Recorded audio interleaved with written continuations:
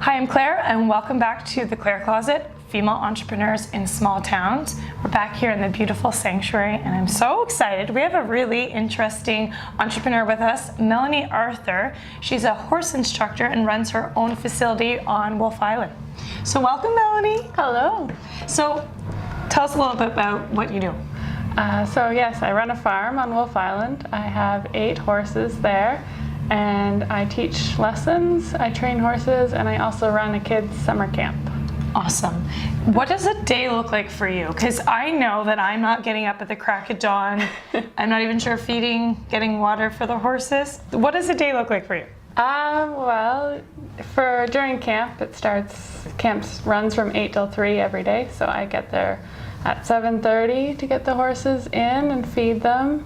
And then the kids Do you talk to your horses? Of course, all the time. I always ask people, they're like, you know? I'm like, yes, you do. Yeah, I definitely do talk to my horses. Okay, so you get them up for 7:30? Wake up the horses.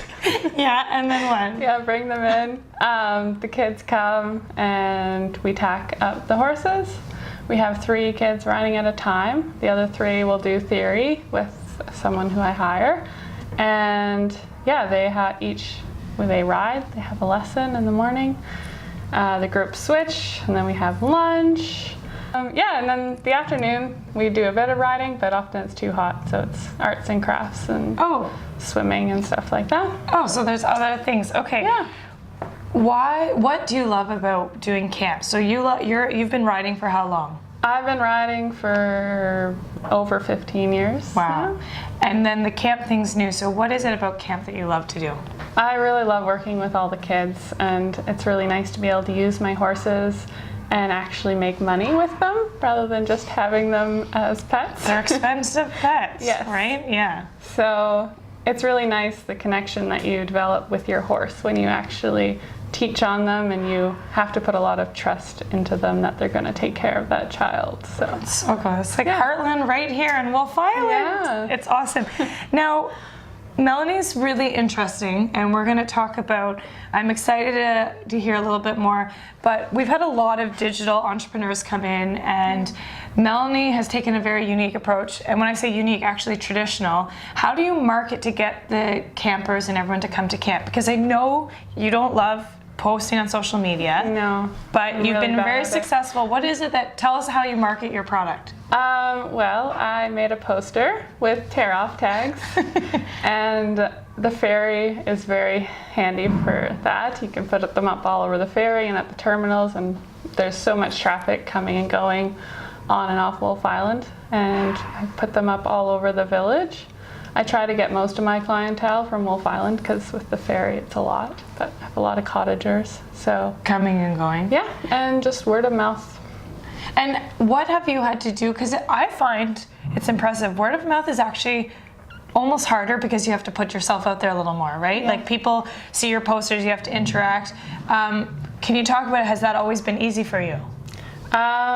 No, it hasn't. I had a meet and greet for my first year of camp, and about 2 people came, and it rained.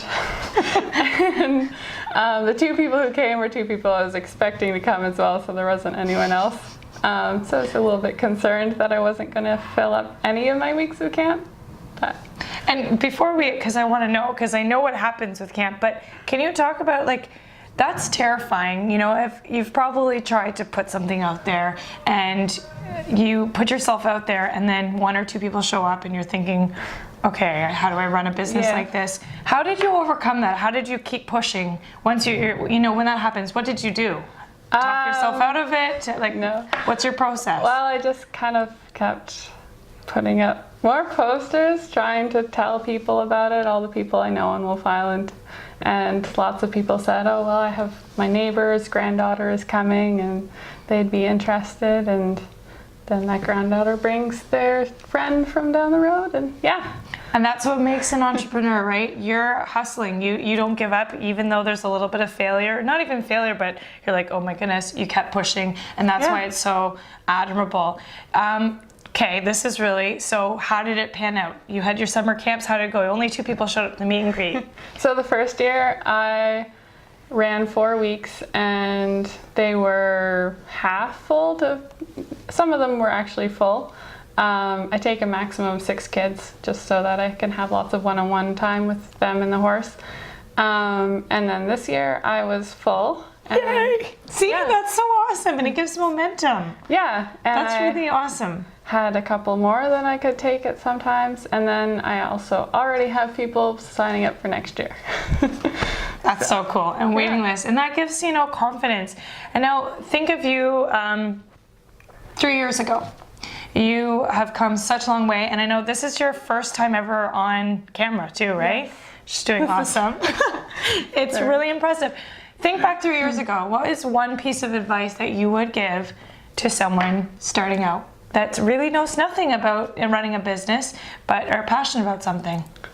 Just keep trying, put yourself out there. It's hard in the beginning, but it gets easier. You develop a clientele, and really I try and just give my 100%, and then people want to come back.